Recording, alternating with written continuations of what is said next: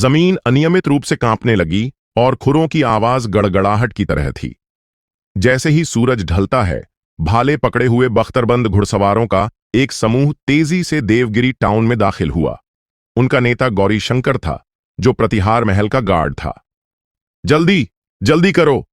गौरीशंकर बार बार जल्दी करने को कह रहा था। उसके माथे पर पसीना था और चेहरे पर चिंता का भाव था। आरव के प्रतिहार महल से निकलने के बाद लगभग 3 घंटे बीत चुके थे। यहां तक कि शांत और संयमित देवनाथ की आंखों में भी अंतहीन चिंता दिखाई दे रही थी। हम्मा? गौरीशंकर की नजरें स्थिर हो गईं और उसने कुछ लोगों को देखा जो पास ही में पीले चेहरों के साथ घबराहट में उसकी ओर भाग रहे थे, जैसे कि वे बहुत डरे हुए हों। ये लोग वशिष्ठ परिवार के गार्ड हैं। गौरीशंकर को अचानक गुस्सा आया और उसने अपने आदमियों को इन लोगों को घेरने का आदेश दिया। देवनाथ ने अचानक कहा, इनकी चिंता मत करो, पहले झाओ के घर जाओ और उन्हें बचाओ। देवगिरी टाउन से वशिष्ठ परिवार के घर के रास्ते में देवनाथ और अन्य लोगों ने 1 दर्जन से अधिक मार्शल आर्ट्स मास्टर्स को देखा, जिनमें से प्रत्येक का चेहरा डर से भरा हुआ था और वे बेतहाशा भाग रहे थे। क्या हुआ? देवनाथ और गौरीशंकर चिंतित थे। थोड़ी देर बाद देवनाथ और गौरीशंकर सैकड़ों घुड़सवारों को लेकर झाओ के घर के दरवाजे पर पहुंचे। जब वे अंदर घुसने वाले थे, तभी झाओ के घर का दरवाजा अचानक खुल गया। एक पुरुष और एक महिला बाहर निकले। लड़की की आंखों पर कई परतों का कपड़ा बंधा था, जिस पर खून के छींटे थे। उसका सुंदर चेहरा पीला था और उसका नाजुक शरीर अभी भी हल्के से कांप रहा था।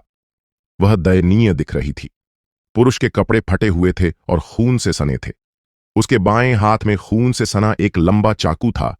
दाएं हाथ से वह महिला को सहारा दे रहा था और धीरे धीरे वशिष्ठ परिवार के दरवाजे से बाहर निकल रहा था। सबकी नजरें अनायास ही उस जोड़े को पार करके वशिष्ठ परिवार के आंगन पर पड़ी। यह एक भयावह दृश्य था जिसे आप कभी नहीं भूल सकते। आंगन में लाशें बिखरी हुई थीं और पत्थरों की दरारों में लाल खून अभी भी चुपके से बह रहा था।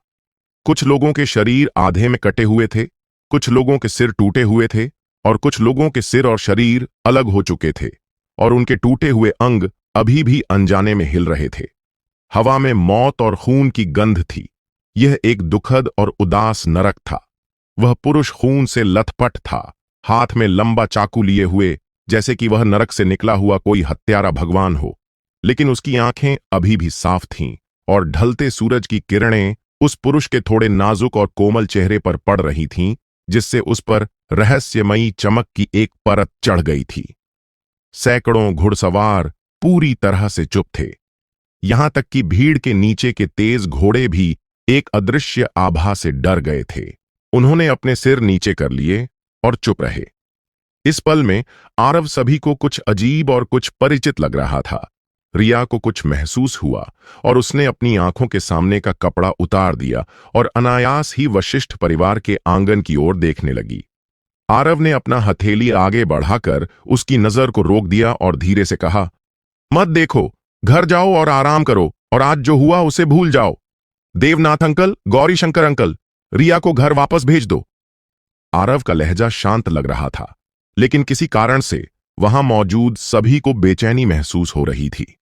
देवनाथ ने सिर हिलाया और गौरीशंकर जल्दी से आगे बढ़ा और रिया को घोड़े पर चढ़ाने में मदद की और उसे व्यक्तिगत रूप से प्रतिहार महल तक ले गया।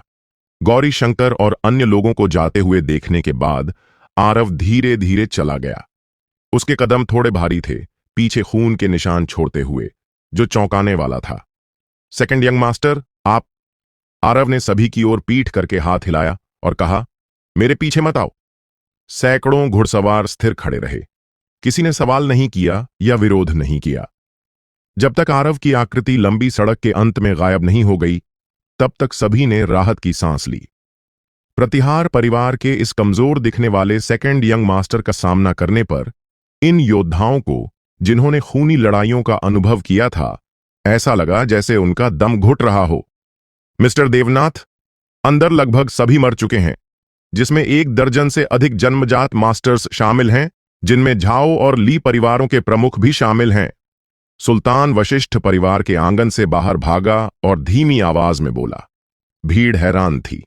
वशिष्ठ परिवार के आंगन में भयावह दृश्य देखकर भले ही सभी तैयार थे, किसी ने नहीं सोचा था कि केवल आधे दिन में 1 दर्जन से अधिक जन्मजात मास्टर्स वहां दफन हो जाएंगे। इससे भी महत्वपूर्ण बात, झाओ और ली परिवारों के प्रमुखों की मृत्यु और सैकड़ों मार्शल आर्ट्स मास्टर्स के नुकसान के साथ ये दोनों बड़े परिवार देवगिरी टाउन से वास्तव में खत्म हो गए थे। क्या इन लोगों को सेकंड यंग मास्टर ने मारा था? यह सवाल सभी के मन में था। सुल्तान ने भौहें सिकोड़कर कहा, मिस्टर देवनाथ, मैंने बड़े बेटे और गौरी शंकर से सुना था कि 3 महीने पहले सेकंड यंग मास्टर शायद ही जन्मजात के शुरुआती चरण के मास्टर्स के साथ मुकाबला कर पाते थे। 3 महीने बाद वह इतना भयानक कैसे हो गया? मिस्टर देवनाथ का चेहरा जटिल था और उन्होंने आह भरी। हम कुछ रहस्य रखते हैं और कभी नहीं बताते। मुझे डर है कि हमारे सेकंड यंग मास्टर के पास भी कई रहस्य हैं। आरव अपने मैंशन में लौटा और जैसे ही उसने दरवाजा बंद किया, उसके चेहरे पर गहरी थकान दिखाई दी। भले ही उसके शरीर पर चोटों से ज्यादा खून नहीं निकला था, फिर भी दर्द असहनीय था। इसके अलावा आरव 3 घंटे तक बिना रुके लड़ता रहा था और उसकी मांसपेशियां पहले से ही दुख रही थीं, सुन्न और सूजी हुई थीं। आरव ने एक पल के लिए रुककर ट्रेनिंग ग्राउंड में प्रवेश किया। पिछले 6 महीनों में आरव ने पाया कि उसे ट्रेनिंग ग्राउंड पर एक अजीब निर्भरता थी। केवल यहां लौटने पर उसे ऐसा लगता था जैसे वह घर पर हो। रोशनी अभी भी नीले पत्थर पर बैठी थी, उसका चेहरा उदासीन था, उसने आरव की ओर देखा भी नहीं। लेकिन किसी समय लकड़ी का बैरल पहले से ही काले तरल दवा से भरा हुआ था, जिसमें से हल्की औषधीय सुगंध निकल रही थी। आरव ने बेतरतीब ढंग से ठंडर ब्लेड को फेंक दिया, अपने भारी शरीर को घसीटा और लकड़ी के बैरल में चढ़ गया। उसे दवा की ठंडक महसूस हुई, लेकिन उसका दिल गर्म था। पता नहीं कब आरव सो गया। 6 महीने की प्रैक्टिस के बाद बॉडी टेम्परिंग सूत्र की सांस लेने की विधि उसकी आदत बन गई थी। यहां तक कि नींद में भी आरव प्रैक्टिस कर रहा था, दवा का सार अवशोषित कर रहा था और अपनी त्वचा और मांस को मजबूत कर रहा था। इस लड़ाई ने आरव को वास्तव में मांस और खून के जीवाश्म की सीमा को छूने का मौका दिया। अगर आरव जाग रहा होता तो उसे आश्चर्य होता कि उसके शरीर पर चोटें नग्न आंखों से दिखने वाली गति से ठीक हो रही थीं। एक ओर यह बॉडी टेम्परिंग सूत्र का अभ्यास करने के बाद मांस और खून की शक्तिशाली पुनर्जनन शक्ति से आता था, और दूसरी ओर यह औषधीय तरल में मौजूद अंतहीन सार से आता था। इस बार अवशोषण सामान्य से बहुत तेज था। केवल 3 घंटे सोने के बाद आरव जाग गया। उसकी सारी थकान चली गई थी और वह फिर से ताकत से भरा हुआ था। आरव का दिल हिला और उसने आज जहां चोट लगी थी वहां छुआ, लेकिन उसे कोई निशान नहीं मिला, केवल जेड की तरह चिकनी त्वचा। कितनी शक्तिशाली चिकित्सा क्षमता! आरव गुप्त रूप से हैरान था। इसी समय आरव को एक प्रेरणा मिली और उसने गुप्त रूप से मांस और खून के जीवाश्म की मानसिक विधि का अभ्यास किया। आरव स्पष्ट रूप से महसूस कर सकता था कि उसकी मांसपेशियां तुरंत तन गईं। मांस और खून का हर इंच एक साथ बिना किसी अंतराल के निचुड़ा हुआ था, जैसे पत्थर की तरह सख्त। इसे एक विपत्ति में आशीर्वाद माना जा सकता है, आरव ने सोचा। इस तरह की चोटों के उत्तेजन के बिना इतने कम समय में मांस और खून के जीवाश्म के गहरे अर्थ को अनुभव करना मुश्किल होता। आरव खड़ा हुआ और रोशनी से कहा, मैं थोड़ी देर के लिए बाहर जा रहा हूं। रोशनी को कुछ सुनाई नहीं दिया और वह आंखें बंद करके आराम करती हुई प्रतीत हुई। आरव ट्रेनिंग ग्राउंड से बाहर निकला, अपने घर वापस गया और हरे रंग की शर्ट में बदलकर सीधे प्रतिहार महल की ओर चला गया। आरव आज जो हुआ उससे गुस्से में था। वह झाओ और ली परिवारों से नाराज नहीं था, बल्कि प्रतिहार परिवार और अपने बड़े भाई विशाल से नाराज था। रात हो चुकी थी और लंबी सड़क खाली थी। आरव ने प्लोइंग स्काई स्टेप का उपयोग किया और पूरी गति से दौड़ा। थोड़ी देर बाद वह प्रतिहार महल पहुंच गया। प्रतिहार महल का दरवाजा पूरी तरह बंद नहीं था, बल्कि खुला हुआ था। आरव ने एक पल के लिए सोचा और देवनाथ के निवास की ओर चला गया। आंगन बड़ा नहीं था, बीच में एक गोल पत्थर की मेज थी। देवनाथ वहां बैठा था, जैसे कि वह बहुत समय से इंतजार कर रहा हो। सेकंड यंग मास्टर, आप आ ही गए, देवनाथ ने कुछ भावुक होकर कहा। आरव पत्थर की मेज पर बैठ गया। देवनाथ की आंखों में देखा और गहरी आवाज में बोला, चूंकि आप जानते हैं कि मैं यहां क्यों आया हूं, फिर भी आप इसे छिपाना क्यों चाहते हैं? देवनाथ ने कड़वाहट से मुस्कुराया और सिर हिलाया। बचपन से लेकर अब तक बड़े भाई ने हमें मार्शल आर्ट्स सीखने से मना किया, हमें विदेश में पढ़ने के लिए भेजा और हमें परिवार के व्यवसाय में हस्तक्षेप करने से रोका। बड़े भाई ने जानबूझकर या अनजाने में कई चीजें की ताकि रिया और मैं प्रतिहार परिवार से दूर रहें। रिया सरल दिमाग की थी और उसे यह महसूस नहीं हुआ, लेकिन मैंने पहले ही इसे नोटिस कर लिया था। आरव ने धीरे से कहा, अगर रिया ने पहले मार्शल आर्ट्स का अभ्यास किया होता तो शायद वह आज मुसीबत में नहीं पड़ती। मैं देख सकता हूं कि आज देवनाथ के साथ गए लोग सभी अनुभवी और कुशल मार्शल आर्टिस्ट थे।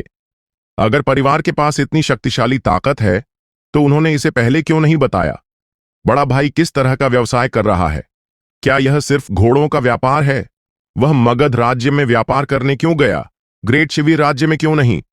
देवनाथ का चेहरा असहज दिखा और वह बोलने में हिचकिचा रहा था। दोनों चुप थे और माहौल बहुत दबावपूर्ण हो गया। आरव ने अचानक कुछ चौंकाने वाला कहा, मेरे माता पिता की हत्या हुई थी, है ना? देवनाथ का चेहरा बदल गया, फिर तुरंत सामान्य हो गया। देवनाथ अंकल, आरव अब वह कमजोर विद्वान नहीं है। मुझे विश्वास है कि आप देख सकते हैं कि प्रतिहार परिवार को किस बात का डर है। प्रतिहार परिवार के दुश्मन कौन हैं? मुझे बताइए। आरव ने देवनाथ अंकल का हाथ पकड़ा। उसकी आंखों से ठंडी चमक निकल रही थी। देवनाथ ने आह भरी। सेकंड यंग मास्टर, ऐसा नहीं है कि मैं आपको बताना नहीं चाहता, लेकिन आपको बताने से आपका कोई भला नहीं होगा। आप वास्तव में पहले से अलग हैं। आप मजबूत हो गए हैं और कई जन्मजात मास्टर्स को मार सकते हैं। लेकिन थोड़ा रुकने के बाद देवनाथ ने सिर हिलाया और कहा, लेकिन वह आखिरकार केवल एक नश्वर की शक्ति है। परिचित शब्द जो परिचित लग रहे थे। आधा साल पहले जब कीर्ति चली गई थी, उसने आरव से कहा था कि भले ही आप भविष्य में मार्शल आर्ट्स प्रशिक्षण के माध्यम से अधिग्रहित या जन्मजात स्तर तक पहुंच जाए, वह केवल एक नश्वर की शक्ति है और एक अमर के सामने एक भी प्रहार नहीं सह सकता। आरव ने देवनाथ के शब्दों का छिपा हुआ अर्थ समझ लिया, लेकिन उसे उम्मीद नहीं थी कि कई साल पहले प्रतिहार परिवार का दुश्मन वह पौराणिक साधक था। आरव ने खुद अनजाने में अमर कृपाल सिंह को नाराज कर दिया था। ऐसा लग रहा था कि यह सब उसकी नियति थी। वह चक्कर काटता रहा, लेकिन उस चक्र से बाहर नहीं निकल सका। प्रतिहार परिवार के दुश्मनों का क्षेत्र क्या है? ऊर्जा साधक, बुनियादी साधक या सत्य स्वर्ण अमृता? आरव ने शांतिपूर्वक पूछा। मैंने रोशनी से बहुत पहले सुना था कि साधना के क्षेत्र में ऊर्जा निर्माण स्तर के नश्वरों को ऊर्जा प्रैक्टिशनर्स कहा जाता है। यह 10 स्तरों में विभाजित है, जिसमें 10वां स्तर महान पूर्णता है। केवल बुनियादी स्थापना स्तर में रहने वाले ही साधक बन सकते हैं और केवल गोल्डन कोर रियल्म में रहने वाले ही ट्रू मैन की उपाधि के योग्य हैं। आप? देवनाथ को स्पष्ट रूप से उम्मीद नहीं थी कि आरव को इन साधना शब्दों का ज्ञान है और उसका चेहरा आश्चर्य से भरा हुआ था। थोड़ी देर बाद देवनाथ ने कहा, नींव निर्माण साधक और स्वर्णिम कोर सत्य अमर हमसे बहुत दूर हैं। यहां तक कि ऊर्जा साधक भी निश्चित रूप से वह नहीं है जिनका सामान्य नश्वर लोग विरोध कर सकते हैं। हालांकि आप अब जन्मजात मास्टर्स को मार सकते हैं एक ऊर्जा साधक के सामने, यहां तक कि पहले स्तर का ऊर्जा साधक भी आपको मारने के लिए काफी होगा। आरव ने थोड़ा भौहें सिकोड़ी। आरव को स्वाभाविक रूप से देवनाथ की बातों पर विश्वास नहीं था। रोशनी के अनुसार राक्षसों की साधना भी एक प्रकार की साधना है और निश्चित रूप से यह अमर, बुद्ध और राक्षसों की 3 शाखाओं से कम नहीं है। उसने अब ग्रेट वाइल्डरनेस के 12 राक्षसों के क्लासिक्स की बॉडी टेम्परिंग चैप्टर में महारत हासिल कर ली थी। क्या वह सचमुच पहले स्तर के ऊर्जा साधक को भी नहीं हरा सकता? इसके अलावा पिछले 6 महीनों की 2 लड़ाइयों ने आरव के आत्मविश्वास को बहुत बढ़ा दिया था। देवनाथ अंकल, क्या आपका मतलब है कि अगर मैं ऊर्जा साधकों को मारने की शक्ति में महारत हासिल कर लूं, तो आप मुझे सब कुछ बता देंगे और अब कुछ नहीं छिपाएंगे? आरव ने फिर से पूछा। यह देवनाथ ने हिचकिचाया और कहा, सेकंड यंग मास्टर, आपके पास कोई आध्यात्मिक जड़ नहीं है। आप अपने पूरे जीवन में केवल एक नश्वर ही रह सकते हैं। आप कभी भी एक अमर के साथ मुकाबला नहीं कर पाएंगे। आरव ने ठंडी हंसी हंसी। रोशनी ने जो कहा था उसे याद किया और बिना सोचे बोल पड़ा, ऊर्जा साधक को अमर कहना क्या बकवास है। यहां तक कि अमर कृपाल सिंह भी खुद को अमर कहने की हिम्मत नहीं करेगा। जब रोशनी ने यह कहा था, आरव उसकी अभिमानी रवैये और सब कुछ के प्रति तिरस्कार से हैरान था और लंबे समय तक बोल नहीं पाया था। देवनाथ का अब वही चेहरा था। उसका मुंह थोड़ा खुला था और चेहरा सदमे से भरा हुआ था। इस मामले पर तब तक इंतजार करें जब तक बड़ा मास्टर वापस ना आए। देवनाथ ने आखिरकार हार मान ली। ठीक है, जब तक बड़ा भाई वापस नहीं आता मैं उससे पूछूंगा। आरव मुड़ा और बिना रुके चला गया।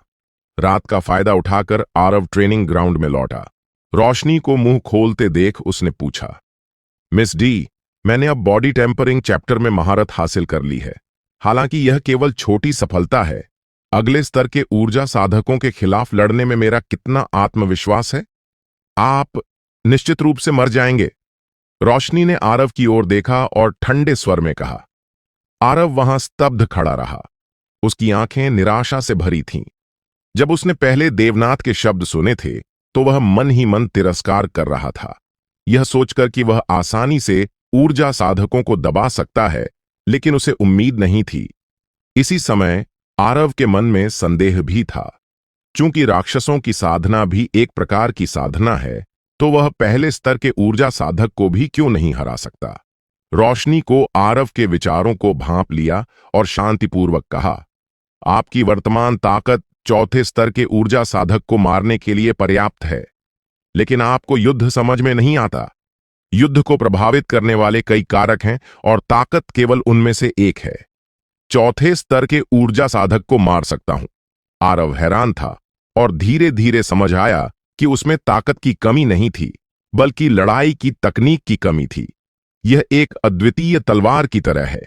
अलग अलग लोगों के हाथों में यह जो घातकता दिखा सकती है, वह स्वाभाविक रूप से बहुत अलग होगी। फिर भी आरव को अभी भी थोड़ा गुस्सा था और उसने जोर से कहा, मुझे लड़ाई के बारे में थोड़ा बहुत पता है।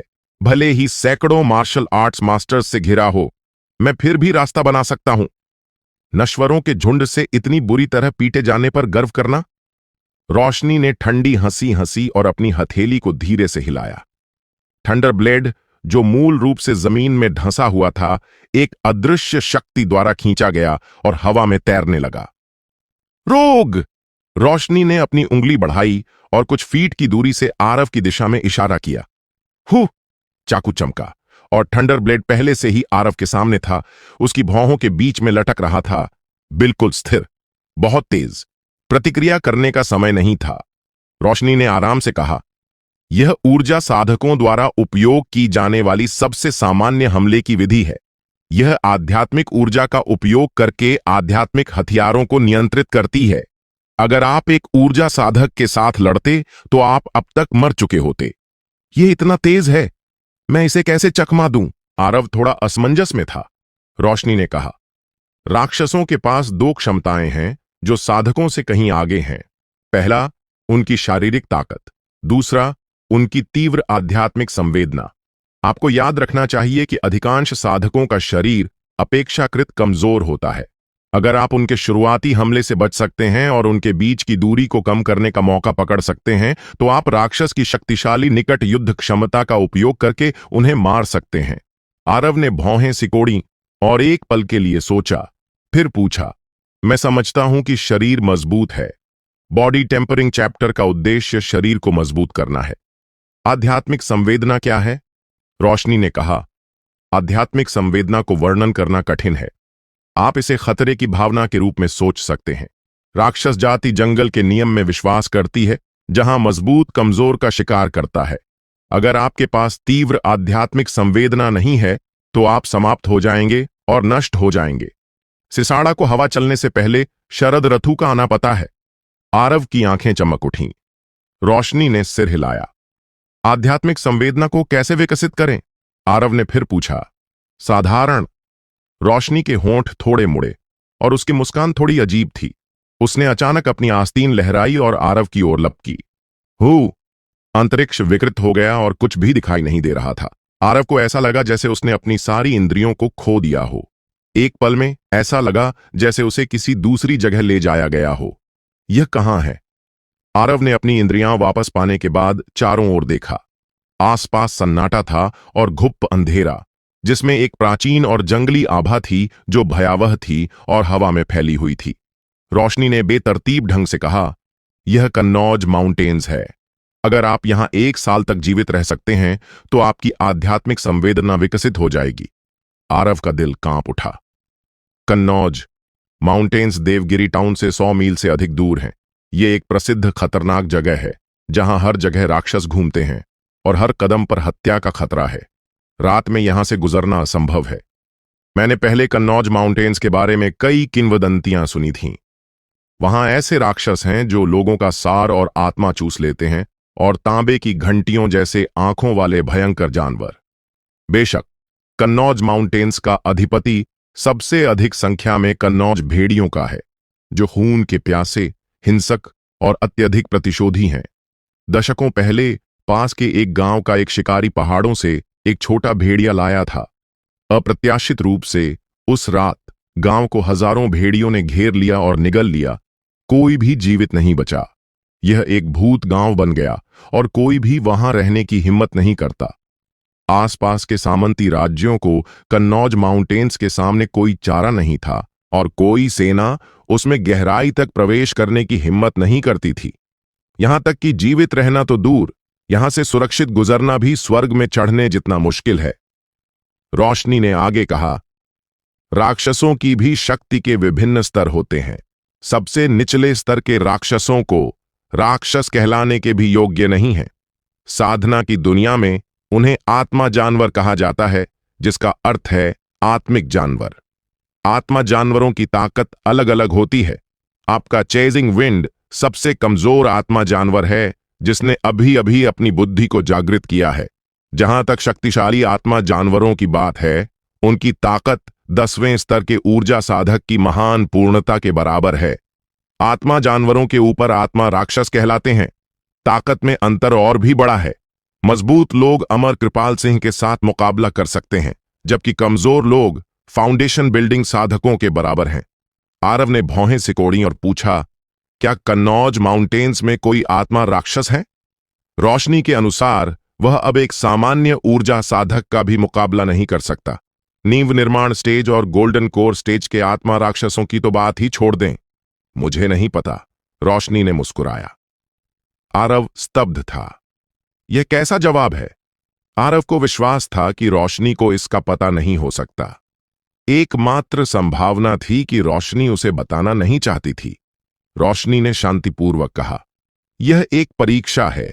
जीवित रहो और आप पूरी तरह से बदल जाएंगे। ग्रेट वाइल्डरनेस के 12 राक्षसों की गुप्त संहिता की असली शक्ति को उजागर करेंगे। अगर आप इसे सहन नहीं कर पाए, आपकी नियति आत्मा जानवरों द्वारा निगल लिया जाना होगा और सारी आशा खो जाएगी। आरव को एहसास हुआ कि अगर वह कन्नौज माउंटेन्स में 1 साल तक जीवित रहा तो उसे अनिवार्य रूप से सभी प्रकार के आत्मा जानवरों का सामना करना पड़ेगा और खतरा हर जगह होगा। यह एक क्रूर परीक्षा होगी। बेशक यह एक तरह का अनुभव भी है, जीवन और मृत्यु का अनुभव। केवल जीवन और मृत्यु के बीच ही कोई शक्तिशाली आध्यात्मिक संवेदना को तेज कर सकता है। रोशनी ने कहा, अब पछताने में देर नहीं हुई है। अगर आप यहां रहने का फैसला करते हैं तो मैं आपकी परवाह नहीं करूंगी। 1 साल बाद अगर मैं देवगिरी टाउन में आपके लिए इंतजार नहीं कर पाऊंगी तो मैं चली जाऊंगी। पछताना? आरव मुस्कुराया। चाहे वह जो महान अमर के लिए हो, जो किसी भी समय वापस आ सकता है, प्रतिहार परिवार के दुश्मनों के लिए या चेतक के लिए बदला लेने के लिए, उसके पास कोई विकल्प नहीं था। 1 साल में मैं जीवित लौटूंगा। अंधेरे में आरव की आंखें साफ, चमकीली, दृढ़ और स्थिर थीं। रोशनी से कागज और कलम लेने के बाद आरव ने कागज पर लिखा, मैं कुछ काम के लिए बाहर जा रहा हूं, चिंता मत करो। आरव ने कागज को मोड़ा और रोशनी को सौंप दिया। बोला, इसे प्रतिहार महल में भेजने का कोई तरीका ढूंढो। देवनाथ अंकल मेरी लिखावट को पहचानते हैं। रोशनी ने सिर हिलाया और कहा, सुबह होने में अभी 3 घंटे बाकी हैं। मैं आपको स्वर्ण लेख कला सिखाऊंगी। मैं सुबह होने से पहले चली जाऊंगी। आपके पास अभ्यास के लिए केवल 3 घंटे हैं। इसे स्वयं संभालें। आरव के दिमाग में एक और शास्त्र का हिस्सा उभरा। ग्रेट वाइल्डरनेस के 12 राक्षसों की गुप्त संहिता में बॉडी टेम्परिंग चैप्टर आधार है। अगर त्वचा और मांस पर्याप्त मजबूत नहीं है, तो एक बार जब मसल चेंजिंग चैप्टर का अभ्यास शुरू होता है, तो मांसपेशियां खींचने और कंपन करने से त्वचा और मांस फट जाएगा और व्यक्ति बेकार हो जाएगा। स्वर्णलेख विधि को विशाल अजगर राक्षस राजा और रक्त वानर राक्षस राजा से लिया गया था। पहले अजगर का अभ्यास करें, फिर वानर का। अजगर सबसे चुस्त होता है। इसका रूप घास को हटाने, मुड़ने और लपेटने और झुकने और खींचने की क्षमता रखता है। वानर में पहाड़ों पर चढ़ने की आत्मा और चट्टानों पर चढ़ने की कला होती है। जब स्वर्णलेख में छोटी सफलता प्राप्त हो जाती है, तो शरीर की लचीलापन बहुत बढ़ जाता है। यह अजगर की तरह चुस्त और बंदर की तरह हल्का हो जाता है। यह हवा की तरह उठता है और तीर की तरह गिरता है। इसकी ताकत भी बढ़ती है और इसकी मांसपेशियों का कंपन धनुष की डोरी के कंपन की आवाज करता है। जब स्वर्णलेख में बड़ी सफलता प्राप्त हो जाती है, तो त्वचा, मांस और मांसपेशियां पूर्ण सामंजस्य में होती हैं। मांसपेशियों को खींचा और सिकोड़ा जा सकता है और शरीर का आकार और रूप बदल सकता है। केवल एक नवजात आत्मा स्तर का स्वामी ही अपनी दिव्य संवेदना से इसका पता लगा सकता है। स्वर्णलेख चैप्टर के रहस्य रोशनी द्वारा बताए गए। जंगल के गहराई में यह अंधेरा और शांत था। यहां तक कि सिसाड़ों की चहचहाहट भी नहीं थी। केवल एक सुंदर और आलसी महिला की आवाज सुनाई दे रही थी। महिला के पास नीले कपड़ों में एक विद्वान ध्यान से सुन रहा था। समय बीतता गया और रात धीरे धीरे खत्म हो गई। जब सुबह की पहली किरणें कोहरे को भेद कर जंगल पर पड़ीं, रोशनी रुक गई। आरव की ओर मुड़ी और धीरे से बोली, मैं जा रही हूं। आरव की याद में उसने कभी रोशनी को इस स्वर में उससे बात करते नहीं देखा था। किसी कारण से आरव को अचानक अपने दिल में कुछ अजीब सा महसूस हुआ, जैसे किसी रहस्यमयी शक्ति ने उसे जकड़ लिया हो। आरव ने पूछा, अगर मैं खतरे में पड़ जाऊं, तो क्या आप वाकई मुझे मरते हुए देखती रहेंगी बिना मदद किए? यह सवाल पूछने के बाद आरव को पछतावा हुआ। जैसा कि अपेक्षित था, रोशनी ने ठंडी हंसी हंसी। आपके जीने या मरने से मेरा क्या लेना देना? यह बहुत ठंडा और अमानवीय लगता था। आरव ने खुद को दयनीय बनाया और शर्मिंदगी भरे चेहरे के साथ चुप रहा। रोशनी मुड़ी और चली गई और पलक झपकते ही वह घने जंगल में गायब हो गई। आरव अकेला वहां खड़ा था, थोड़ा खोया हुआ महसूस कर रहा था, जब रोशनी की आवाज फिर से सुनाई दी, जो धीरे धीरे दूर होती गई और फिर पूरी तरह से शांत हो गई। कन्नौज माउंटेन्स में राक्षस रहते हैं, खासकर रात में। अगर आप पहले महीने में जीवित रह सकते हैं, तो 1 साल बाद जीवित बचने की 30% संभावना है। आरव हैरान था। किसी भी तरह रोशनी पूरी तरह से उसके प्रति उदासीन नहीं थी, वरना उसे कल रात स्वर्णलेख कला सिखाने की जरूरत नहीं थी। पहले महीने में जीवित रहने से केवल 30% संभावना। आरव गुप्त रूप से हैरान था। उसने सतर्क चेहरा बनाकर चारों ओर देखा। यह सुनिश्चित करने के बाद कि आसपास कोई खतरा नहीं था, उसने थंडर ब्लेड को अपनी पीठ पर बांध लिया, पालथी मारकर बैठ गया और स्वर्णलेख चैप्टर की सामग्री को याद करने लगा। अगर आप कन्नौज माउंटेन्स में जीवित रहना चाहते हैं, तो आपको स्वर्णलेख चैप्टर में जल्द से जल्द महारत हासिल करनी होगी। रोशनी के अनुसार, अगर वह स्वर्णलेख चैप्टर में छोटी सफलता प्राप्त कर सकता है, तो उसकी ताकत 8वें स्तर के ऊर्जा साधक को धमकी देने के लिए पर्याप्त होगी। इसका मतलब यह भी है कि वह कन्नौज माउंटेन्स में अधिकांश आत्मा जानवरों को मार सकता है, जिससे उसकी जीवित रहने की संभावना बहुत बढ़ जाएगी। आरव सांस लेता और छोड़ता रहा। स्वर्णलेख चैप्टर की भावना को खोजने की कोशिश करता रहा। शायद बॉडी टेम्परिंग चैप्टर में बनाई गई नींव के कारण, या शायद खतरे में होने के दबाव के कारण, आरव को मसल चेंजिंग चैप्टर की सांस लेने की विधि में शुरुआती महारत हासिल करने में ज्यादा समय नहीं लगा। इस बार रोशनी की याद दिलाने के बिना आरव ने बॉडी टेम्परिंग चैप्टर और मसल चेंजिंग चैप्टर के शास्त्रों का एक साथ अभ्यास किया। हर बार जब आरव सांस लेता और छोड़ता, वह न केवल अपनी त्वचा और मांस को मजबूत करता, बल्कि अपनी मांसपेशियों को भी मजबूत और पोषित करना शुरू करता, जिससे वे अधिक लचीली और शक्तिशाली बनतीं। आरव साधना में इतना डूब गया था कि वह एक पल के लिए भूल गया कि वह कहाँ था। पता नहीं कितने समय बाद आरव को अचानक अपने चेहरे पर तरल गिरता महसूस हुआ, जो गर्म और चिपचिपा था। क्या बारिश हो रही है? जैसे ही यह विचार आया, आरव ने अचानक अपनी आंखें खोलीं और उसका चेहरा पूरी तरह से बदल गया। गलत, बारिश की बूंदें गर्म और चिपचिपी कैसे हो सकती हैं? आरव अचानक जाग गया और अंततः उसे एहसास हुआ कि वह अत्यंत खतरनाक कन्नौज माउंटेन्स में था, न कि मूल ट्रेनिंग ग्राउंड में। खतरा है। एक अभूतपूर्व घबराहट की भावना उभरी। आरव को अपनी खोपड़ी में झंझनाहट और बाल खड़े होने का एहसास हुआ। बिना ज्यादा सोचे आरव ने अपनी टांगों से जोर लगाया और पूरी तरह खड़े होने से पहले ही बाहर की ओर भागा। हूं! एक बदबूदार हवा बहने लगी और आरव इसे बाल बाल बचा। वह पीछे मुड़कर देखने से खुद को रोक नहीं सका। आरव की पुतलियां तेजी से सिकुड़ीं और उसका दिल तुरंत उसकी गले तक पहुंच गया। यह एक विशाल अजगर था जो आरव के ज्ञान से परे था। इसका विशाल शरीर एक बाल्टी जितना मोटा था और इसका शरीर घने शल्कों से ढका हुआ था, जो ठंडी धात्विक चमक के साथ चमक रहे थे। यह हरे त्रिकोणीय आंखों से घूर रहा था, अपना खूनी मुंह खोला हुआ था और उसके दांतों से लार टपक रही थी। आरव बहुत लापरवाह था और डर गया। उसे इतने बड़े जीव के इतने करीब आने का बिल्कुल भी पता नहीं चला। विशाल अजगर एक प्राचीन पेड़ पर लिपटा हुआ था, जो बादलों जितना ऊंचा था। आरव को ऊपर से नीचे देख रहा था। उसकी आंखों में व्यंग्य की एक झलक थी। आत्मा जानवर, ऐसी मानव जैसी आंखें एक विशाल अजगर पर दिखना यह साबित करता था कि यह आध्यात्मिक था और मनुष्यों जैसी बुद्धि रखता था, सिवाय इसके कि यह बोल नहीं सकता था। हालांकि मनुष्य और अजगर के बीच आकार में इतना बड़ा अंतर था। आरव शांत होने के बाद उसके चेहरे पर कोई डर नहीं था। इसके बजाय वह कोशिश करने के लिए उत्सुक था। यह एक दुर्लभ अवसर था। विशाल अजगर की आंखें ठंडी थीं और उसने पहले हमला किया। इसका विशाल शरीर जमीन पर गिरा और घास में कुछ बार मुड़ा। यह बिना आवाज के चुस्त और अत्यंत तेज था। पलक झपकते ही यह आरव के सामने पहुंच गया। बुरा हुआ। आरव हैरान था।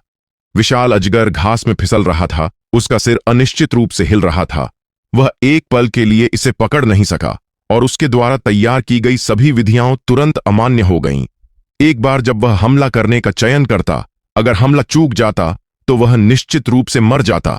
पलक झपकते ही आरव ने अपने पैरों से जोर लगाया, तेजी से पीछे हटा और पीछे की ओर चकमा दिया। इस पल में एक तेज हवा जैसे चाकू की तरह उस पर टकराई। इससे पहले कि वह प्रतिक्रिया दे पाता, उसका शरीर विशाल अजगर की पूंछ से जोरदार टकराया और बाहर उड़ गया। Bang bang bang! 3 प्राचीन पेड़ों से टकराने के बाद आरव जमीन पर गिरा, खून उगलता हुआ और उसका चेहरा पीला पड़ गया।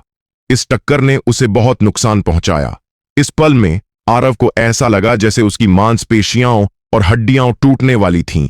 दर्द असहनीय था और उसके पास अब लड़ने की ताकत नहीं थी। एक गलत कदम और मैं इस स्थिति में पहुंच गया। इससे पहले कि वह अपनी सोच पूरी करता, विशाल अजगर ने जीत का फायदा उठाया और फिर से उस पर झपटा, एक काले साए में ढक गया। आरव ने दांत पीसे अपनी पीठ पर ठंडर ब्लेड निकाला और पूरी ताकत से आगे की ओर काटा। खून की एक चमक। विशाल अजगर ने एक दुखद चीख निकाली और उसके सिर पर एक खूनी घाव दिखाई दिया। उसकी एक आंख अंधी हो गई थी। विशाल अजगर को अचानक जोरदार चोट लगी और उसका विशाल शरीर लगातार लुढ़कता रहा, आसपास के पेड़ों को तोड़ता हुआ, एक भयानक आवाज के साथ। आरव जानता था कि भले ही विशाल अजगर घायल हो गया हो, वह उसका मुकाबला नहीं कर सकता, क्योंकि उनकी शक्तियां एक ही स्तर पर नहीं थीं। इसके अलावा वह और भी गंभीर रूप से घायल था। अगर उसे पागल विशाल अजगर ने फिर से मारा तो वह निश्चित रूप से मौके पर मर जाता। आरव रुकने की हिम्मत नहीं की और प्लोइंग स्काई स्टेप्स का उपयोग करके दूर की ओर भागने लगा। वह ज्यादा दूर नहीं भागा था कि उसे पूरे शरीर में कमजोरी महसूस हुई और उसकी छाती में घुटन होने लगी। वह एक और मुंह खून उगलने से खुद को रोक नहीं सका। वशिष्ठ परिवार के साथ लड़ाई में, हालांकि वह खून से लथपथ था, वे सभी बाहरी चोटें थीं। जन्मजात मास्टर की शक्ति उसके मांस में प्रवेश करने के लिए पर्याप्त नहीं थी। विशाल अजगर की पूंछ ने न केवल उसकी छाती को खून से लथपथ कर दिया, बल्कि उसके आंतरिक अंगों को भी चोट पहुंचाई।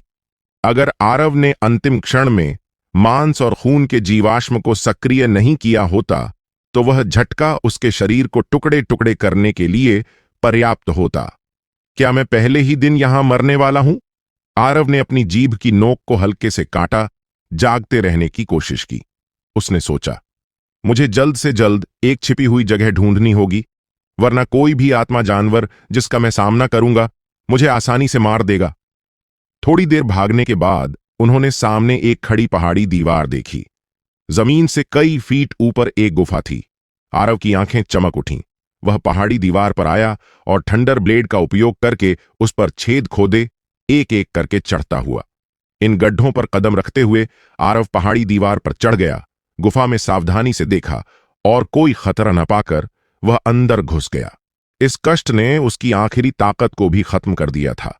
गुफा बड़ी नहीं थी, मुश्किल से 3 या 2 लोगों के रहने लायक थी। सौभाग्य से इसकी स्थिति अच्छी थी और यह अधिकांश जमीनी जानवरों से बच सकती थी।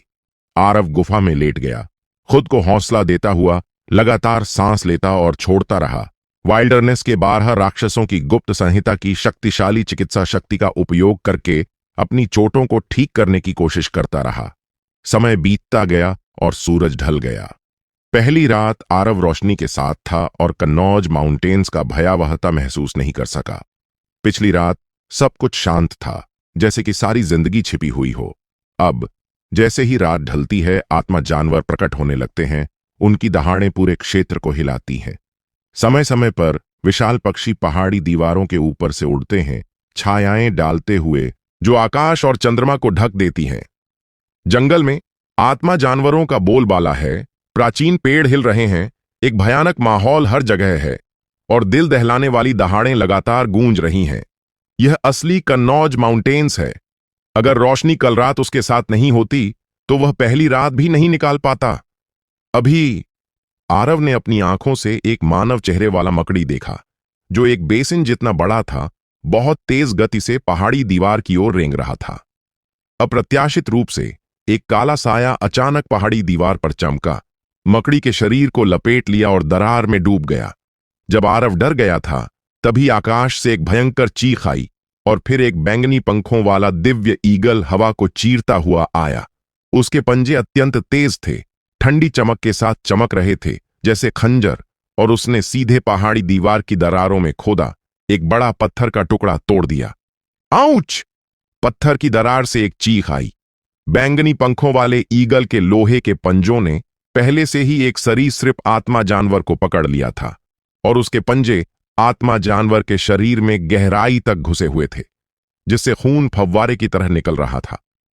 यह आत्मा जानवर विशाल था, बैंगनी पंखों वाले ईगल से कई गुना बड़ा, लेकिन चाहे वह कितना भी छटपटाए, वह बच नहीं सका और बैंगनी पंखों वाले ईगल द्वारा ले जाया गया। जाने से पहले बैंगनी पंखों वाले ईगल ने स्पष्ट रूप से आरव को देख लिया था और ठंडी आंखों से पहाड़ी दीवार पर गुफा की ओर पीछे मुड़ा। शायद आरव सरीसृप जानवर की तुलना में बहुत पतला लग रहा था, इसलिए बैंगनी पंखों वाला ईगल उसे नजरअंदाज कर गया और अपने पंख फड़फड़ा कर चला गया। केवल एक नजर ने उसे डर से कांपने और उसके बाल खड़े करने के लिए काफी थी। आत्मा राक्षस। यह बैंगनी पंखों वाला ईगल निश्चित रूप से एक आत्मा राक्षस था। यह बहुत मजबूत है, केवल इसकी आभा मुझे विरोध करने की शक्ति से रहित छोड़ देती है। मुझे नहीं पता कि यह बुनियादी स्थापना स्तर में एक आत्मा राक्षस है या गोल्डन कोर रियल्म में। आरव ने निगल लिया और गुफा में और अंदर चला गया। चट्टान के नीचे और जंगल में हर जगह लड़ाई थी। हवा नम और खूनी हो गई थी। अभी का दृश्य केवल एक छोटा सा सूक्ष्म जगत था। यह कन्नौज माउंटेन्स है, खूनी, क्रूर और सबसे प्राचीन हत्या से भरा हुआ। दूसरी रात को किसी तरह गुजारने के बाद आरव को पता चला कि उसे एक और परीक्षा का सामना करना पड़ रहा था। रात भर बाद उसकी चोटें ठीक नहीं हुई थीं, लेकिन वह अभ्यास जारी रखने की हिम्मत नहीं कर सका। देवगिरी टाउन में उसे भोजन की चिंता नहीं थी, लेकिन कन्नौज माउंटेन्स में यह उसकी सबसे बड़ी समस्या बन गई थी। आरव घायल था और लापरवाही से कार्य करने की हिम्मत नहीं कर सका, लेकिन बिना भोजन के हर सांस जो वह लेता था वह अपने मांस और खून का सार शुद्ध करता था, जिससे उसकी भूख केवल बढ़ती थी और वह ज्यादा देर तक टिक नहीं पाता। यह एक दुष्चक्र था। बिना भोजन के शक्ति का कोई स्रोत नहीं था, इसलिए अभ्यास करने का कोई तरीका नहीं था। शरीर पर चोटें ठीक करना मुश्किल होता और क्षेत्र में प्रगति करना मुश्किल होता, जिससे भोजन प्राप्त करना और भी मुश्किल हो जाता। उसका अगला हर कदम उसकी नियति तय करेगा। आरव ने अपने शरीर को हिलाया और थंडर ब्लेड का उपयोग करके गुफा को और गहरा खोदा। उसने प्रवेश द्वार पर कुछ टहनियां और पत्तियां रखीं ताकि वह बेहतर ढंग से छिप सके।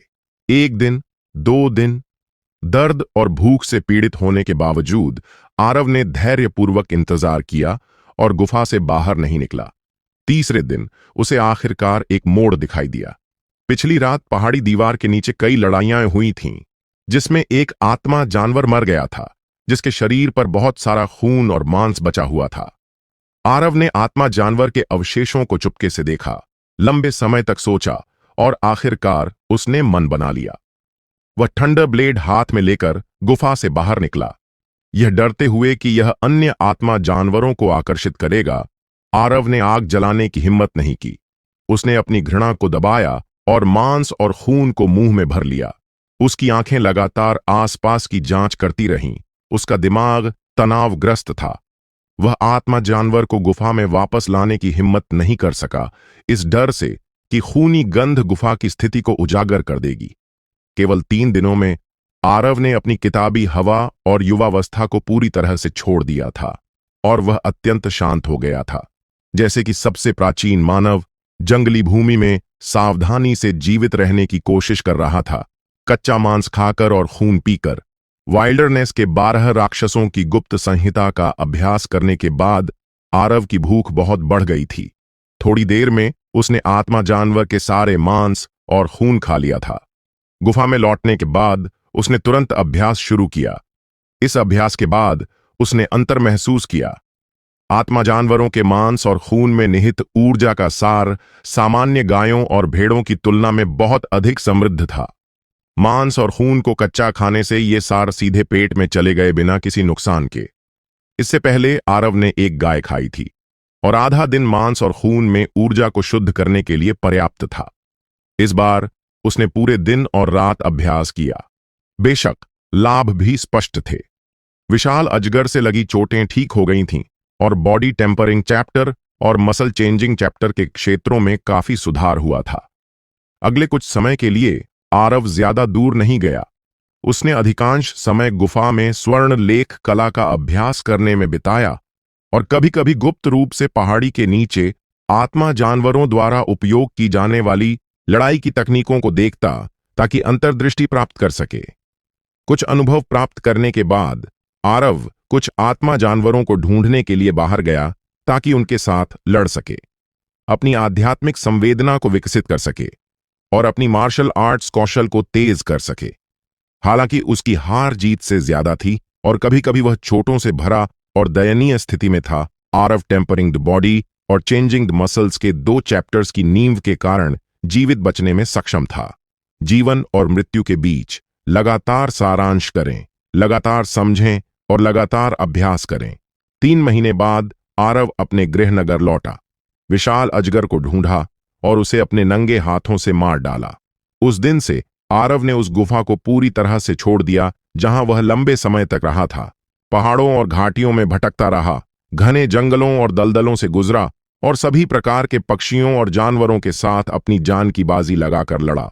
यह एक ऐसी दुनिया थी जहां सबसे योग्य का जीवित रहना और खून खराबा था, जहां सबसे मजबूत जैसी कोई चीज नहीं थी। यह एक पल में शानदार हो सकता है और अगले ही पल अन्य आत्मा जानवरों के पेट में भोजन बन सकता है।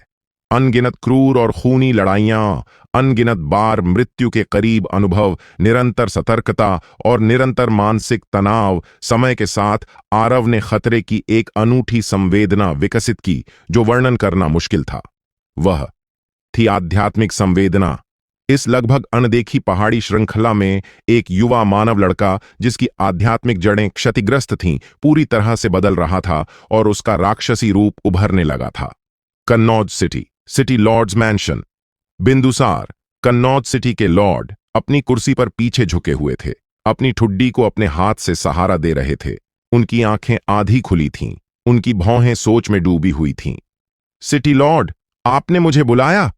थोड़ी देर बाद आकाश 5 भेड़िया गार्डों में से एक अंदर आया, अपने हाथ जोड़े और सलाम करने के लिए झुका। बिंदुसार ने अपनी आंखें खोलीं। उनके चेहरे पर एक चमक भरी नजर आई और उन्होंने बेतरतीब ढंग से पूछा, देवगिरी टाउन में प्रतिहार परिवार के बारे में आप क्या सोचते हैं? आकाश ने सोचा और कहा, प्रतिहार परिवार की उत्पत्ति रहस्यमयी है। वे शायद ऊर्जा से नहीं है। मेरा अनुमान है कि वे सबसे अधिक संभावनायान से हैं। मुझे यह भी संदेह है कि प्रतिहार परिवार की ताकत उतनी कमजोर नहीं है जितनी दिखाई देती है। प्रतिहार परिवार का बड़ा बेटा इतने सालों से अपनी ताकत छिपा रहा है। मुझे लगता है कि उसके पास बड़े इरादे हैं। वह एक बड़ा शख्स है। जहां तक प्रतिहार परिवार के सेकंड यंग मास्टर की बात है। आकाश एक पल के लिए रुका, लेकिन बिंदुसार ने उत्सुकता दिखाई और आधी मुस्कान के साथ पूछा, प्रतिहार परिवार का सेकंड यंग मास्टर कैसा है? 1 साल पहले मैंने व्यक्तिगत रूप से प्रतिहार परिवार के सेकंड यंग मास्टर को एक अमर को नाराज करते देखा था। आकाश ने सिर हिलाया और कहा, यह लड़का सिर्फ एक युवा और उत्साही लड़का है। वह पहले काफी चतुर था और उसने शाही परीक्षा पास की थी, लेकिन अब उसकी प्रसिद्ध छीन ली गई है और वह एक नीच बन गया है। उसे नजरअंदाज किया जा सकता है। एक चतुर चाल? हां, बिंदुसार ने हंसते हुए कहा। आकाश, इस बार तुमने गलती की है। हां। आकाश एक पल के लिए स्तब्ध था। यह मेरे जासूसों द्वारा लाई गई खुफिया जानकारी है। इसे देखो। बिंदुसार ने मेज पर कई गुप्त दस्तावेज आकाश की ओर फेंके। आकाश ने चारों ओर देखा और उसका चेहरा धीरे धीरे बदल गया। बिंदुसार ने गहरी आवाज में कहा, आधा साल पहले आरव ने अकेले ही वशिष्ठ और लोहित परिवारों के लगभग सभी मास्टर्स को खत्म कर दिया, जिससे वे देवगिरी टाउन में केवल नाम के लिए रह गए। यादव परिवार इस आपदा से बच गया और उसने मौके का फायदा उठाकर सद्भावना दिखाई। अब प्रतिहार परिवार देवगिरी टाउन में एक सर्वशक्तिमान ताकत बन गया है। यह लड़का कोई कमजोर विद्वान नहीं है, वह विशाल से भी अधिक भयानक शख्स है। यह कैसे संभव है? आकाश हैरान दिखा। बिंदुसार ने कहा, केवल 2 संभावनाएं हैं। पहला, आरव 6 महीनों में एक कमजोर विद्वान से एक शीर्ष स्तरीय विशेषज्ञ में बदल गया। दूसरा, आरव ने अपनी ताकत छिपाई और सभी से गुप्त रखी। किसी भी तरह यह साबित करता है कि यह लड़का वास्तव में असाधारण है। प्रतिहार परिवार आखिर क्या करने की कोशिश कर रहा है? आकाश ने भौहें सिकोड़कर पूछा। बिंदुसार ने हल्के से हंसते हुए कहा, मगध के लोग 15 साल पहले प्रतिहार उपनाम इन टुकड़ों को एक साथ रखकर तुम अभी भी अनुमान नहीं लगा सकते।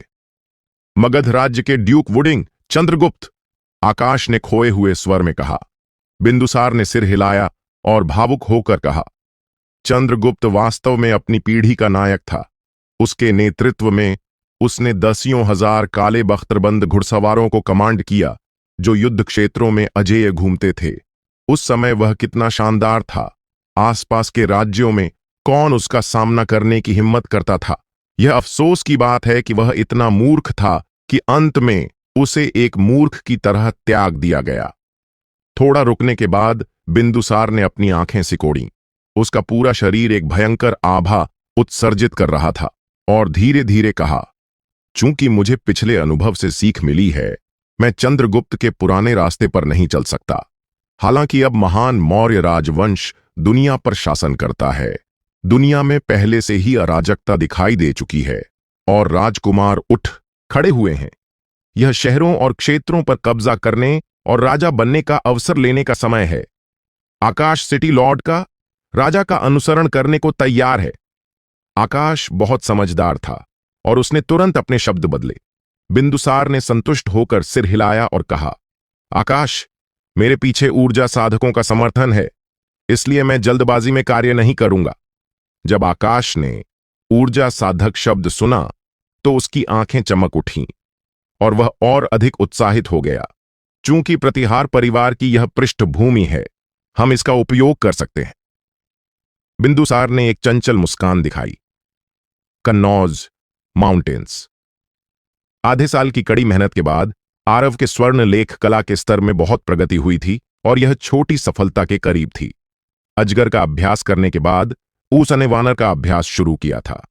इससे भी महत्वपूर्ण बात, आरव के पास अब एक जंगली जानवर जैसी आध्यात्मिक संवेदना थी जो अत्यंत तीव्र थी। इस आध्यात्मिक संवेदना के साथ आरव कई बार मृत्यु से बच निकला और यहां तक कि कुछ आत्मा राक्षसों से भी बच गया। लेकिन पिछले 1 महीने में आरव को मुसीबत का सामना करना पड़ा। कन्नौज माउंटेन्स का अधिपति विशाल कन्नौज भेड़िया समूह। आरव ने एक बार एक भूरे भेड़िए का सामना किया था। एक खूनी लड़ाई के बाद उसने उसे मार डाला, लेकिन अप्रत्याशित रूप से उसे भूरे भेड़िया समूह द्वारा लगातार पीछा किया गया। अगर अकेले लड़ाई होती तो अधिकांश कन्नौज भेड़िए आरव के लिए कोई मुकाबला नहीं होते। लेकिन कन्नौज भेड़िया समूह की सबसे डरावनी बात उनकी धैर्य और गंध की भावना थी। आरव ने कई बार भेड़ियों के झुंड को पीछे छोड़ दिया था, लेकिन ज्यादा समय नहीं बीतता था कि भेड़ियों का झुंड उसकी गंध का पीछा करके फिर से उसे पकड़ लेता था। यह पीछा लगभग 1 महीने से चल रहा था। अगर आरव के पास मजबूत शारीरिक ताकत और टेम्परिंग्ड बॉडी और चेंजिंग मसल्स की 2 राक्षस संहिताएं उसकी नींव के रूप में नहीं होती तो वह शायद थकावट से मर चुका होता। लंबे और अंतहीन भागने के बाद आरव के कपड़े पहले ही भयंकर लड़ाई में आत्मा जानवरों द्वारा फट चुके थे। उसका शरीर जानवरों की खाल में लिपटा हुआ था और उसके चेहरे पर काली दाढ़ी का एक घेरा था जिससे वह एक जंगली की तरह दिख रहा था। हाल के दिनों में कन्नौज समूह को ऐसा लग रहा था कि आरव की शारीरिक ताकत अपनी सीमा तक पहुंच गई थी, इसलिए वे उसका और करीब से पीछा कर रहे थे और लगातार उसे परेशान कर रहे थे। आरव के शरीर पर कई चौंकाने वाले घाव थे। हालांकि उनसे अब खून नहीं बह रहा था, वे पूरी तरह से ठीक नहीं हुए थे। भेड़ियों के झुंड ने आरव को अपने घावों को ठीक करने का कोई समय नहीं दिया। आरव जानता था कि अगर वह इस तरह जारी रखता तो उसकी स्थिति केवल और खराब होती, लेकिन वह भेड़ियों के झुंड द्वारा ट्रैक किए जाने से बचने का कोई तरीका नहीं सोच पा रहा था। उस रात आरव एक घाटी में आया। जब वह आधे रास्ते में था तो वह अचानक रुक गया और उसका चेहरा गंभीर हो गया। ठंडी हवा उसके चेहरे पर बह रही थी जिसमें हत्या की एक झलक थी। उसके सामने और पीछे गहरे हरे भेड़ियां आंखों की जोड़ियां दिखाई दीं जो उनकी भयंकर चमक को प्रकट कर रही थीं। एक के बाद एक भूरे भेड़िए अंधेरे से बाहर निकले, घने रूप से एक साथ, और आरव को घाटी के बीच में घेर लिया। घाटी के दोनों तरफ भूरे भेड़ियों के कई निशान भी थे जो चांद की ओर चीख रहे थे। आखिरकार आ ही गया। आरव ने अपने फटे हुए होंठों को चाटा। उसकी आंखों में हत्या की भावना थी। 1 महीने की बिना रुके रातों के बाद आरव की आध्यात्मिक संवेदना सबसे निचले स्तर पर पहुंच गई थी, जिसके कारण वह भेड़ियों के झुंड द्वारा घेर लिया गया था। बेशक इस अवधि के दौरान की लड़ाई और भागने से यह साबित हो गया था कि कन्नौज भेड़िया अत्यंत बुद्धिमान था और वर्तमान स्थिति भी उनके द्वारा सावधानी पूर्वक व्यवस्थित की गई थी। केवल जब आरव की शारीरिक और मानसिक स्थिति अपनी सीमा तक पहुंच गई थी तब भेड़ियों के झुंड ने अंतिम युद्ध शुरू किया। इससे पहले आरव ने शायद ही कभी चाकू का उपयोग किया था, एक ओर क्योंकि उसे चाकू चलाना नहीं आता था और दूसरी ओर अपनी निकट युद्ध की ताकत को अधिकतम करने के लिए। अब आरव ने अपनी पीठ से थंडर ब्लेड निकाला, अंतिम लड़ाई के लिए तैयार। आउच! नेता भेड़िया घाटी के ऊपर खड़ा था और एक लंबी चीख निकाली। घाटी के दोनों तरफ के भेड़िए झुंड में उसकी ओर बढ़े। पफ! आरव ने अपनी तलवार पीछे की ओर झुलाई और पहले आए भेड़िए को 2 टुकड़ों में काट दिया और खून फव्वारे की तरह बह निकला। बैंग! आरव ने अपने दाएं हाथ से दूसरे भेड़िए के सिर पर जोरदार प्रहार किया, जिससे उसका दिमाग फट गया। हत्या ने भेड़ियों को रोक नहीं पाया, बल्कि उनकी हिंसकता को और भड़का दिया। वे अपने ही तरह की लाशों पर कदम रखकर आगे बढ़ते रहे। Swish swish swish! आरव ने प्लॉइंग स्काई स्टेप तकनीक का उपयोग किया। बाएं हाथ में चाकू और दाएं हाथ में मुट्ठी या हथेली लिए भेड़ियों के बीच में दौड़ता हुआ बाएं और दाएं भागता हुआ। अगर कोई लड़ाई को देख रहा होता तो उसे आश्चर्य होता। यहां तक कि इतने घने भेड़ियों के झुंड के घेरे में आरव अभी भी अधिकांश हमलों से बचने और अपने शरीर के महत्वपूर्ण हिस्सों को बचाने में सक्षम था। यह देखते हुए कि तेज भेड़िया पंजे उसके सिर में घुसने वाले थे। उसने बिना देखे अचानक चकमा दिया, पीछे मुट्ठी मारी और भेड़िए को उड़ा दिया। यह थी आध्यात्मिक संवेदना, कुछ भी न देखें या सुने और खतरे को महसूस करने पर बचें। आधे साल पहले की तुलना में आरव की हमलावर विधियां अधिक सरल, अधिक प्रत्यक्ष, स्वच्छ, फिर भी अत्यंत प्रभावी हो गई थीं। आरव अब चालों से बंधा नहीं था। उसका सिर, कंधे, कोहनी, मुट्ठी, घुटने और पीठ सभी दुश्मन को मारने के लिए उपयोग किए जा सकते थे। यह हत्या के माध्यम से तेज की गई निकट युद्ध की कला थी, जो खून के स्वाद से भरी थी। तीक्ष्ण और भयंकर स्विश। आरव के शरीर पर एक और घाव हो गया और खून टपक रहा था। यहां तक कि शक्तिशाली आध्यात्मिक संवेदना की मदद से आरव धीरे धीरे ऐसी अभेद्य हमले के तहत थकने लगा था। एक भयंकर लड़ाई के बाद उसके शरीर पर पहले से ठीक नहीं हुए घाव फिर से फट गए। खून लगातार बह रहा था और आरव को ऊर्जा और खून की कमी के कारण चक्कर आने लगे। अब ज्यादा देर नहीं टिक सकता। आरव ने दांत पीसे पास ही में नेता भेड़िए को, जो 10 फीट से अधिक ऊंचा और विशाल था, को गौर से देखा। उसने दोनों तरफ से पीछे के हमलों को नजरअंदाज किया, प्लोइंग स्काई स्टेप शुरू किया और आगे की ओर बढ़ा। पहाड़ पर झुकना, बैंग बैंग बैंग। कई भेड़िए मौके पर ही उड़ गए और खून की धुंध छिड़क गई। इसी समय आरव पर भी पागलपन से हमला हुआ। उसके शरीर पर कई जगहों पर चोटें आईं और एक भेड़िए ने उसकी जांघ से मांस का एक टुकड़ा जीवित ही फाड़ लिया। आरव की टांगें कमजोर हो गईं और वह लगभग जमीन पर गिर गया। जैसे ही उसने आरव के इरादे को भांपा, बर्फ सफेद नेता भेड़िए की आंखों में व्यंग्य की एक झलक चमकी। इस पल में भेड़िए बिखर गए और नेता धीरे धीरे उनकी ओर बढ़ा, जैसे एक राजा अनंत हत्या की भावना उत्सर्जित करता हुआ। आरव ने पास आते हुए नेता भेड़िए को घूरा। उसके बाएं हाथ की हथेली, जो चाकू पकड़े हुए थी, पसीने से ढक गई थी। उसने चुपके से गहरी सांस ली। अंतिम लड़ाई के लिए तैयार हो रहा था। वह आज मृत्यु से नहीं बच सकता, लेकिन अगर वह मरने से पहले भेड़ियों के नेता को मार सकता तो इसे लाभ माना जाएगा। हूं! नेता भेड़िया आगे कूदा और एक हिंसक आभा उस पर हावी हो गई। आरव ने अपना मुंह खोला और गहरी सांस ली, जैसे कि वह सूरज और चांद को निगलना चाहता हो। उसकी छाती ऊंची उठी, उसके शरीर की सतह पर मांस हिल रहा था और उसकी मांसपेशियां एक साथ उलझ गईं, जैसे कि अनगिनत विशाल अजगर आपस में लिपटे हों। हिस्सा! हवा उसके फेफड़ों में पागलपन से दौड़ी, एक अजीब आवाज निकालते हुए। विशाल अजगर ग्रहण, स्वर्ण लेख चैप्टर में एक चाल जो मांसपेशियों को खींचती है, एक पल में सबसे बड़ी शक्ति को उजागर कर सकती है। आरव ने एक हाथ से ठंडर ब्लेड झुलाया और सीधे भेड़िए के सिर की ओर काटा। साथ ही उसने अपने दाएं हाथ से जोर लगाया और एक अर्थ स्प्लिटिंग पाम निकाला, जो धमाके के साथ आया।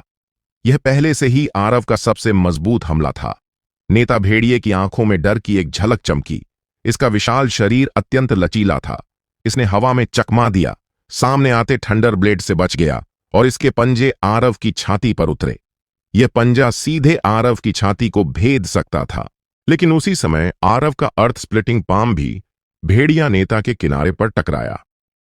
आउच! नेता भेड़िया दर्द में चीखा और आरव द्वारा उड़ा दिया गया।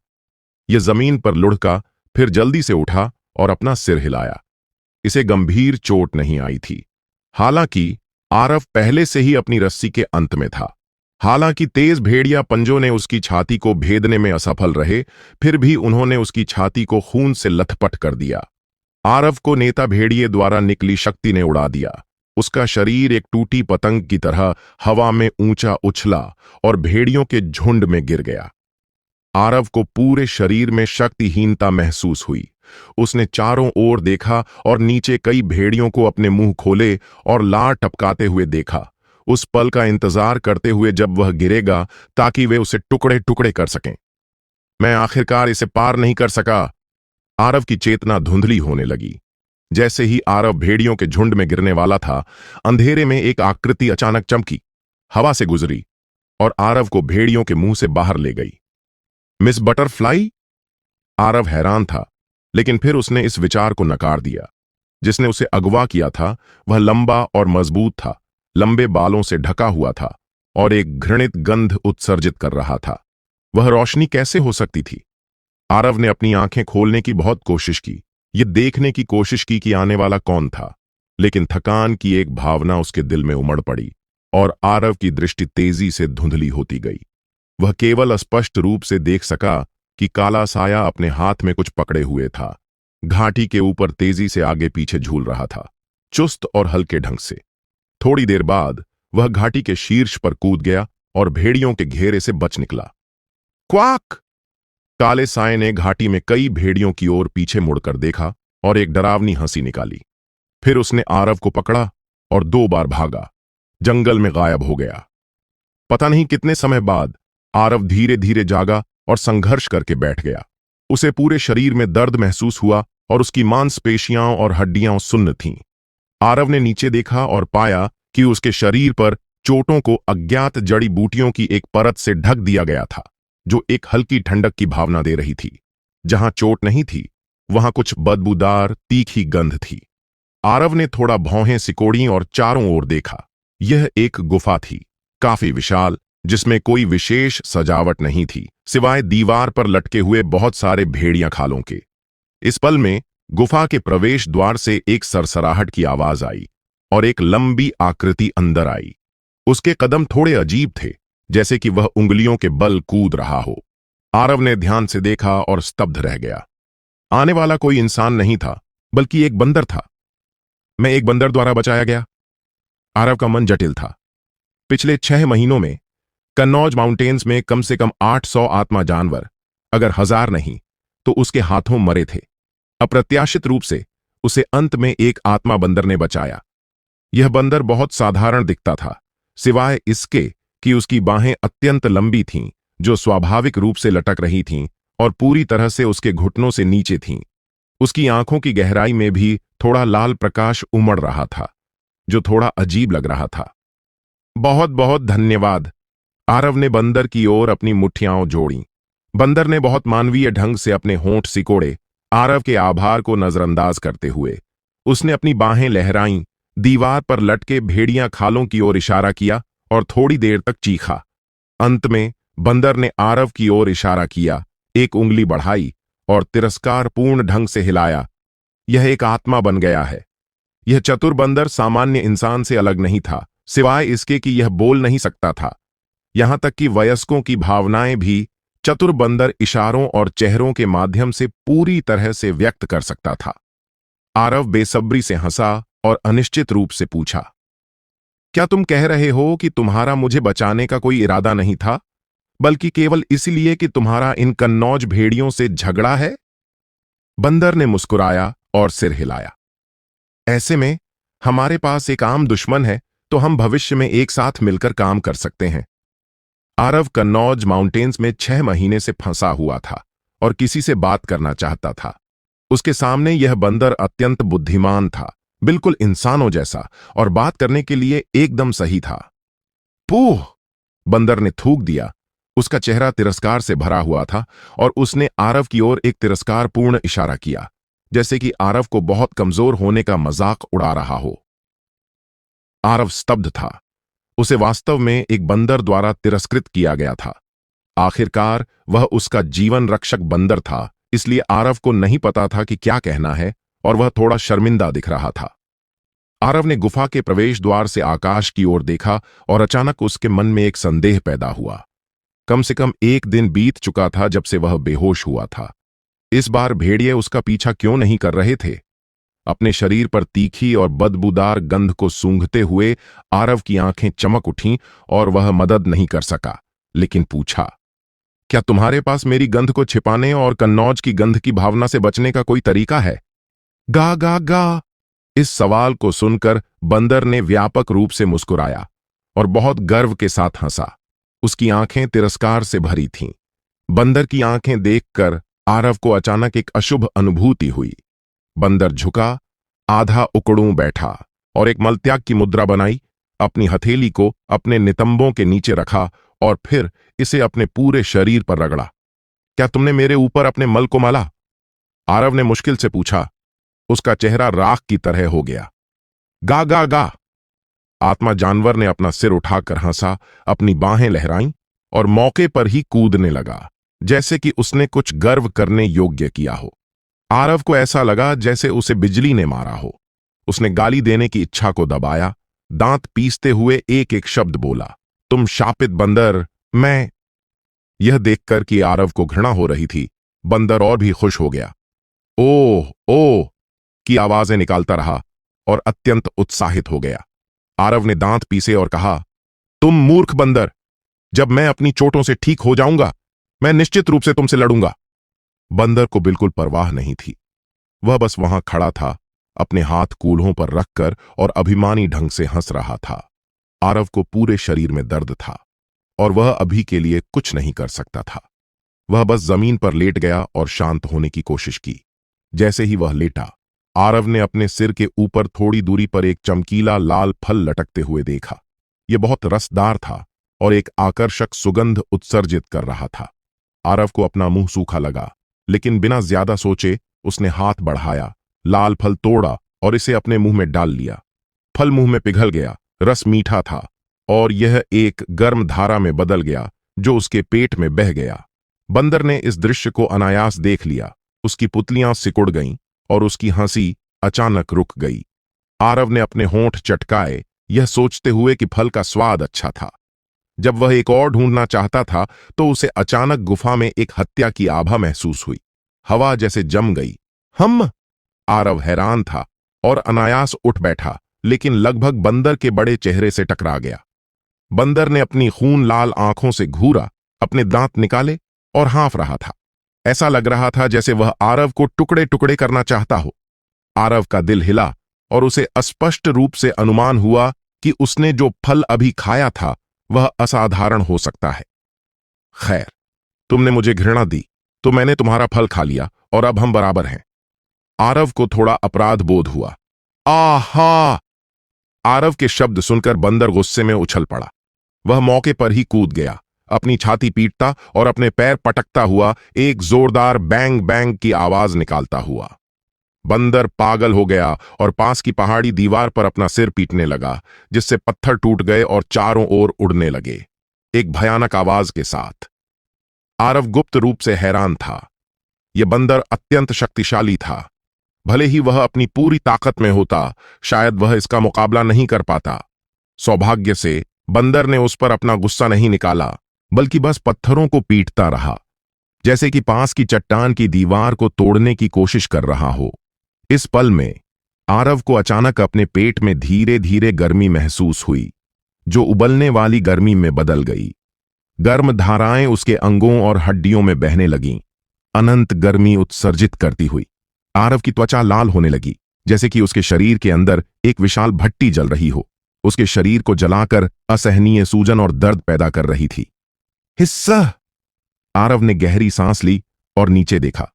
उसने देखा कि उसके शरीर पर चोटों के आसपास का मांस और खून पागलपन से हिल रहा था, नग्न आंखों से दिखने वाली गति से एक साथ मुड़ रहा था, ठीक हो रहा था और निशान छोड़ रहा था।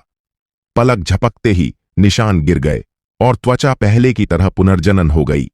यहां तक कि जांघ पर मांस का वह टुकड़ा जो भेड़िए द्वारा फाड़ लिया गया था, इस समय पागलपन से बढ़ रहा था। आह! आरव ने आकाश की ओर चीखा। ऐसा महसूस हो रहा था जैसे वह फटने वाला हो। ओह नहीं, यह ऊर्जा बहुत मजबूत है। अगर यह ऐसे ही चलता रहा तो मेरा शरीर फट जाएगा। आरव के पास सोचने का समय नहीं था और उसने तुरंत बॉडी टेम्परिंग और मसल चेंजिंग मेरिडियंस और सांस लेने की तकनीकों का अभ्यास शुरू किया। साथ ही आरव उछला, फ्लोइंग स्काई स्टेप किया और गुफा में पागलपन से दौड़ा। लगातार वाइल्डरनेस के 12 राक्षसों की गुप्त संहिता की चालों का अभ्यास अपने हाथों से करता रहा, इस ऊर्जा को निकालने की कोशिश करता रहा। बंदर भी इस दृश्य से डर गया था। उसने पागलपन बंद कर दिया और आरव को, जो उससे भी ज्यादा पागल था, अपनी आंखें फाड़कर देखता रहा। एक विशाल और असहनीय मात्रा में सार ऊर्जा आरव के शरीर में दौड़ रही थी, लगातार उसके मांस और खून को पोषित कर रही थी, उसकी त्वचा को मजबूत कर रही थी और उसकी मांसपेशियों को खींच रही थी। बॉडी टेम्परिंग और मसल स्ट्रेंथनिंग के स्तर तेजी से सुधार हो रहे थे। Clang clang clang! आरव के शरीर में मांसपेशियां कांप रही थीं और धनुष की डोरी के कंपन की आवाज सुनाई दे रही थी। स्वर्णलेख चैप्टर में छोटी सफलता। शरीर की लचीलापन और चपलता में सुधार हुआ, कदम स्पष्ट रूप से हल्के हो गए और ताकत तेजी से बढ़ी। रोशनी के अनुसार अगर आरव स्वर्णलेख चैप्टर में छोटी सफलता प्राप्त कर सकता है तो उसकी ताकत 8वें स्तर के ऊर्जा साधक को धमकी देने के लिए पर्याप्त होगी। लेकिन फिर भी आरव अभी भी अपने शरीर में विशाल मात्रा में सार को भंग नहीं कर सका। आरव की त्वचा फट गई और खून से ढक गई, जो भयानक और डरावना दिख रहा था। यह आखिर क्या चीज है? आरव भयभीत था। उसने कभी नहीं सोचा था कि एक फल खाने से उसकी जान खतरे में पड़ जाएगी। वास्तव में यह लाल फल साधना की दुनिया में अत्यंत प्रसिद्ध था। यह आध्यात्मिक वस्तु थी, रेड फ्लेम फ्रूट, जो हर 1000 साल में एक बार खिलता और फल देता था। रेड फ्लेम फ्रूट में निहित सार ऊर्जा विशाल और समृद्ध थी। यह एक टॉनिक था। इसकी औषधीय गुणधर्म आग की तरह थे, गर्म और हिंसक। कोई भी इसे कच्चा खाने की हिम्मत नहीं करता था। अधिकांश लोग इसे अन्य आध्यात्मिक दवाओं के साथ मिलाकर गोलियों में परिष्कृत करते थे ताकि औषधीय गुणों को संतुलित किया जा सके, फिर इसे लिया जा सकता था। अगर आरव ने ग्रेट वाइल्डरनेस के 12 राक्षसों की गुप्त संहिता का अभ्यास नहीं किया होता और उसके पास मजबूत काया नहीं होती, तो जिस क्षण उसने रेड फ्लेम फ्रूट को निगला, वह अंदर की गर्मी से झलकर राख हो गया होता। आत्मा बंदर ने इस रेड फ्लेम फ्रूट की रक्षा कुछ सालों तक की थी, और यह दिन वह समय था जब रेड फ्लेम फ्रूट पक रहा था। उसने एक दिन चुनने की योजना बनाई थी ताकि रेड फ्लेम फ्रूट को खा सके, लेकिन अप्रत्याशित रूप से आरव ने इसे एक ही बार में निगल लिया, यहां तक कि छिलका भी नहीं छोड़ा। कोई कल्पना कर सकता है कि बंदर कितना निराश और गुस्से में था, लेकिन अब आरव को इतने दर्द में देखकर बंदर के दिल में फिर से डर का एक झोंका आया। बंदर अत्यंत चतुर था और स्वाभाविक रूप से देख सकता था कि अगर उसने रेड फ्लेम फ्रूट लिया होता तो उसकी नियति ज्यादा बेहतर नहीं होती और वह मर जाता। इसके बारे में सोचकर बंदर को थोड़ा अपराध बोध हुआ। चाहे कुछ भी हो, आरव इस आपदा का सामना उसके कारण कर रहा था। बंदर ने अपने कान और गाल खुजलाए। आरव को देखा, जो अत्यंत दर्द में था और लाल रंग से ढका हुआ था, लेकिन वह कोई समाधान नहीं सोच पाया।